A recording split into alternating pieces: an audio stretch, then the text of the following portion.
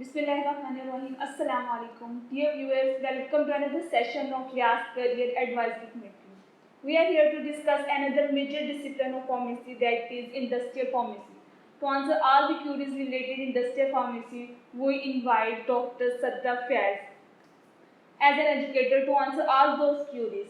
First of all, I warmly welcome you, Dr. Sadda. Thank you, ma'am. Ma'am, please tell us about industrial pharmacy.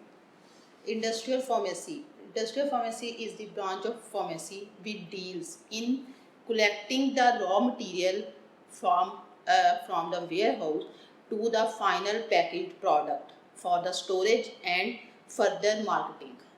क्योंकि हम यहाँ पे जो role of pharmacist हम industry में है ना, उसको हम इस तरह से डील करते हैं कि हमें from the very low level of collection of raw material से, क्योंकि उसमें डिफरेंट स्टोरेज कंडीशंस होती हैं, डिफरेंट मैन्युफैक्चरिंग टाइप्स होती हैं जिसमें हमने अपनी चीज़ों को मेंटेन करना होता है। तो उसके अकॉर्डिंगली फिर हम अपनी जो फार्मासिस्ट है ना, वो उनको मेंटेन करता है अपना, और फिर हम प्रोडक्शन में और देन हमारे जो फर्दर डिपार्टमेंट्स होते हैं वहाँ तक हमारी प्रोडक्ट जाती है एंड देन हम उसको मार्केट करते हैं। मैम, इंडस्ट्रियल फार्मासिस्ट की फंक्शन और रिस्पॉन्सिबिलिटीज़ के बारे में बताइए। इंडस्ट्रियल फार्मासिस्ट जो है, हमारी जो इंडस्ट्री है ना, ये बाकी सेटअप्स की तरह हमारी जो फार्मास्यूटिकल इंडस्ट्री है ना, इसमें भी डिफरेंट डिपार्टमेंट्स होते हैं। तो इसमें जो सबसे पहले, और हर डिपार्टमेंट में हमारा फार्मासिस्ट ही रोल उसको मेनली हेड कर रहा होता है।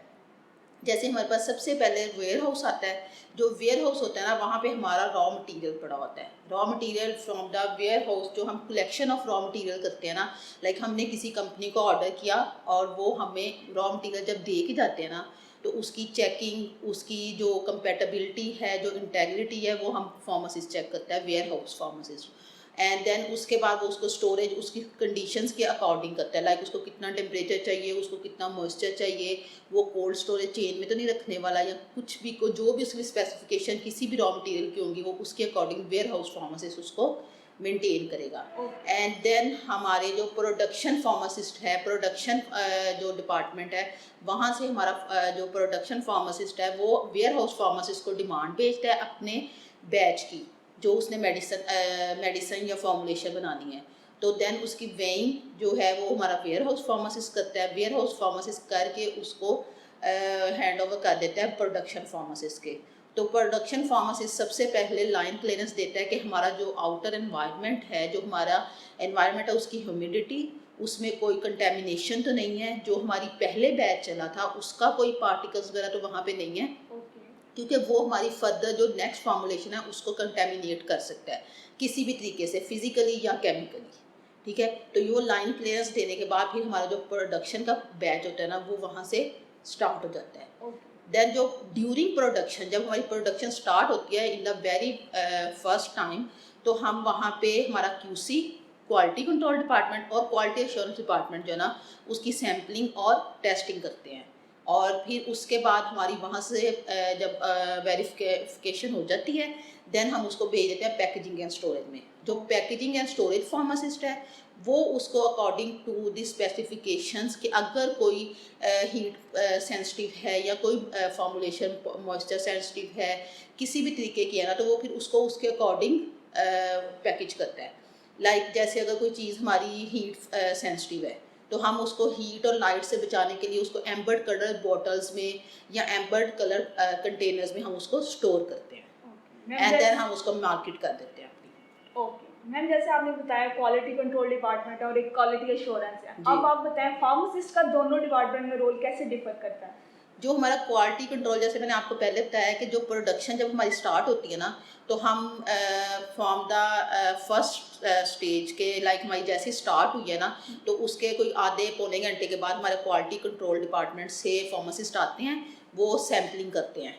सैम्पलिंग हमारी जो फॉर्मुलेशन है, जो हमारी प्रोडक्ट है, उसकी सैम्पलिंग करके ले जाते हैं, और देन क्वालिटी कंट्रोल वाले उसकी टेस्टिंग परफॉर्म करते हैं according to the SOPs of industry. हर इंडस्ट्री की अपनी SOP, एक मेन SOP होती है जो कि इंटरनेशनली फॉलो हो रही होती है, और दूसरी SOPs जो हैं वो इंडस्ट्री अपनी बनाती है। तो उसके अकॉर्डिंग क्वालिटी कंट्रोल और क्वालिटी एश्योरेंस वाले जो है ना, वो उसकी टेस्टिंग करते हैं एंड देन क्वालिटी कंट्रोल वाले जो रिपोर्ट है, जो फाइनल उसकी ना, वो भेज देते हैं क्वालिटी एश्योरेंस वालों को। तो क्वालिटी एश्योरेंस वाले उसकी वेरिफिकेशन करके वैलिडेशन करके ओके करते हैं कि जी ये ठीक है आपकी अकॉर्डिंग टू द SOPs, तो आप इस बैच को अपना कंटिन्यू करें। तो वो फिर उसको कंटिन्यू प्रोडक्शन फार्मेसी जो उसको कंटिन्यू करके फिर पैकेजिंग एंड स्टोरेज करवाता है उसकी। मैम अब बताएं हमें जो डिफरेंट सोशियो इकोनॉमिकल फैक्टर्स हैं वो हमारी इंडस्ट्री को कैसे इफेक्ट कर रहे हैं? देखें सोशल इकोनॉमिक फैक्टर्स जो है ना, जो हम अगर आजकल के सिनेरियोज में देखें ऑन द होल वर्ल्ड, तो यहाँ पे हमारा जो मेन फैक्टर है ना वो इन्फ्लेशन का है।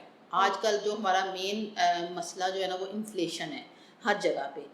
तो जिस तरह से बाकी इंडस्ट्रीज़ जो हमारी जैसे दूसरी मतलब ये कपड़े की इंडस्ट्री है या कोई भी इंडस्ट्री है, वो इंडस्ट्रीज अफेक्ट हो रही है ना, इसी तरह हमारी फार्मास्यूटिकल इंडस्ट्री अफेक्ट होती है।